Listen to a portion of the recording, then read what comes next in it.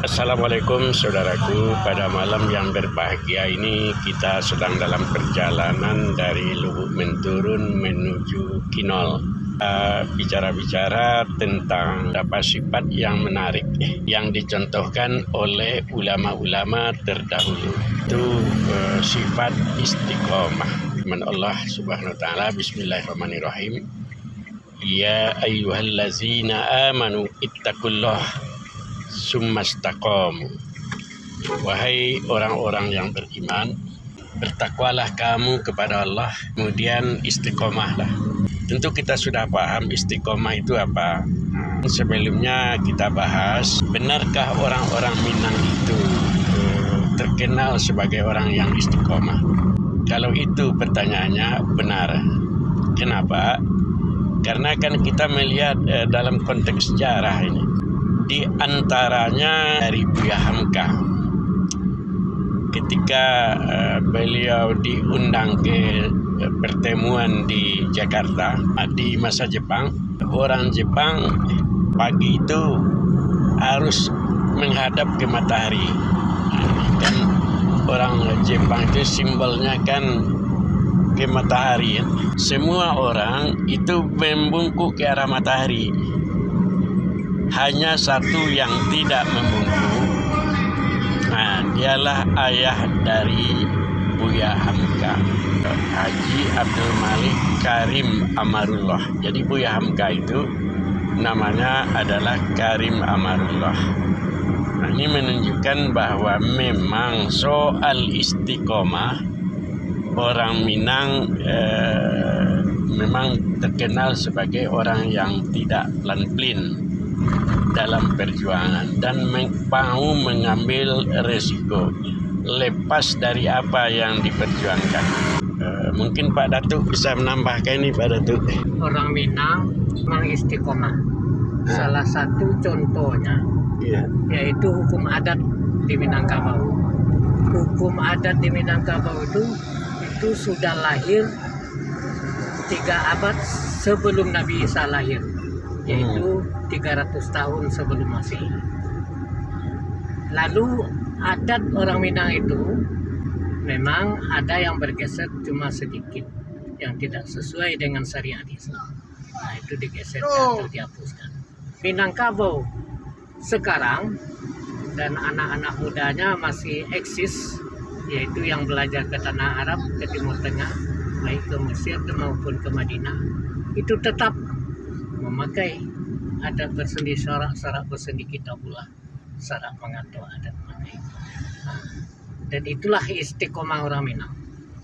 Bagaimanapun peraturan yang dibuat oleh pemerintah, tapi bertentangan dengan adat, ini orang Minang tidak mau mengikuti.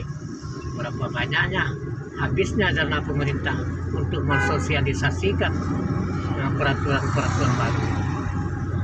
Kalau peraturan itu bertentangan dengan adat, ABS-SPK atau syarak mengatur adat memakai, orang Minang tidak mau percaya.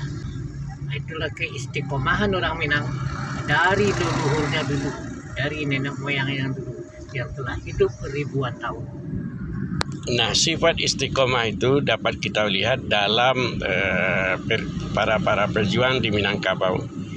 Di antaranya adalah Tuanku Imam Bonjol. Ini beliau lahir di suatu desa di 50 kota, tapi akhirnya ikut berjuang. Setelah bertemu dengan ulama-ulama yang lain, akhirnya yang disebut Tuanku Nan Salapan. Tuanku Nan Salapan, ada Haji Biobang, ada Haji Miskin, Haji apa lagi itu, Haji Sumani, kemudian Haji Lintau ya, Tuanku Nan Renceh. Nah, mereka itulah yang berjuang melawan Belanda. Berperang lebih kurang 33 tahun.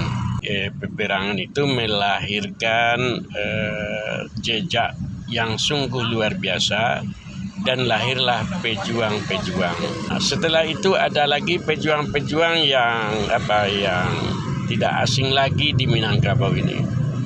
Walaupun ideologi mereka itu sedikit berbeda, mungkin agak sosialis tapi mereka itu tetap istiqomah dalam perjuangan. Walaupun nyawa bayarannya. Iya, Pak Datuk. Seperti Tan Malaka. Nama beliau Sultan Ibrahim Sultan Malaka. Itu nyawa beliau hilang itu karena memperjuangkan apa yang beliau cita-citakan. Kendati beliau tidak dapat apa-apa kan, malah beliau nggak dapat istri itu karena asik berjuang kan, nggak punya istri beliau sampai matinya. Nah, itu Tan Malaka. Banyak lagi contoh-contoh yang lain di mana mereka karena sifat keistiqomahnya beliau dimasukkan ke dalam penjara. Banyak lagi Sultan Syahrir, Muhammad Nasir, Safruddin Prawira Negara. Ini adalah tokoh-tokoh Minang ini.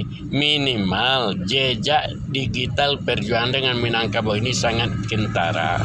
Karena itu ini menjadi contoh bagi kita bahwa di dalam perjuangan itu sifat istiqomah itu amat penting. Yang paling baru ini ketika zaman Orde Baru kan, ya Pak Datuk ya, ada pengacara namanya yang beliau itu seorang wanita dan membela Soeharto. Iya Pak Datuk ya. Padahal waktu itu Soeharto dihujat orang.